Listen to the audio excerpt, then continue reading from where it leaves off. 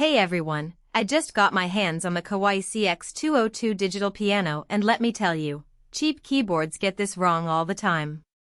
You know the ones I'm talking about, those plastic keys that feel like they're made of cardboard, the sound that cuts out when you play too many notes at once, and the speakers that make everything sound like it's coming from a tin can.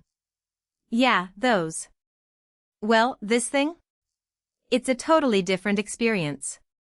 Link is in the description if you want to check the product details on Amazon. First off, the keys. This piano has Kawai's responsive hammer compact 2 action, and it's honestly impressive for a home instrument.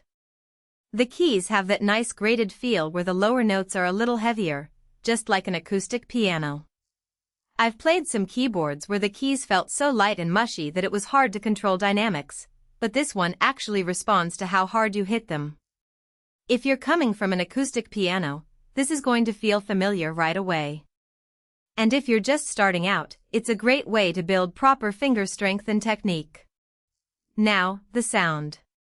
With 17 different instrument sounds built in, you've got options beyond just piano. I've messed around with the electric piano, strings, and organ sounds, and they all sound surprisingly good for a digital piano at this price point. The built-in speakers are actually pretty solid too. I was worried they'd sound tinny, but they fill a medium-sized room nicely without distorting. I've played in a living room with the volume up halfway and it sounds full and rich, not like some cheap keyboard where everything just sounds harsh. One thing I really appreciate is the 192-note polyphony. I know that sounds like a bunch of tech jargon, but it basically means you can play complex pieces without the notes cutting out.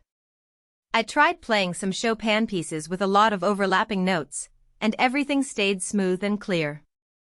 Cheap keyboards often have really low polyphony, so if you play anything with a lot of sustain or overlapping chords, you'll notice the notes drop out. This one doesn't do that, which is a huge relief. The dual and split modes are super handy too. Dual mode lets you layer two sounds together, like piano and strings, which can create a really nice ambient texture. Split mode lets you assign two different sounds to the left and right sides of the keyboard, so you could play piano on the right and bass on the left, for example. I've used this when practicing with a metronome or playing along with recordings, and it makes things feel more like playing with a band. The build quality is solid too. It's not some flimsy plastic thing that's going to wobble every time you press a key. The stand feels sturdy, and the whole setup has a professional look. It's white, which might not be for everyone, but it looks clean and modern in my space.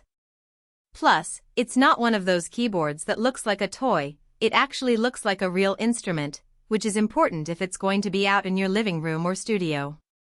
Now, I do have a couple of minor complaints. The included sustain pedal is pretty basic.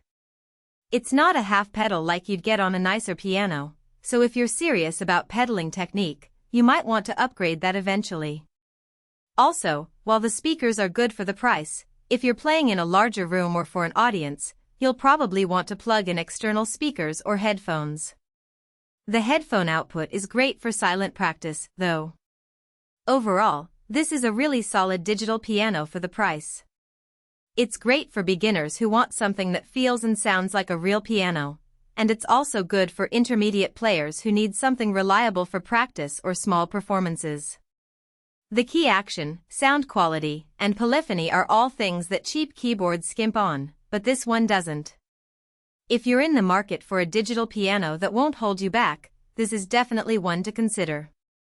You can find the link to the Kawai CX202 in the description below.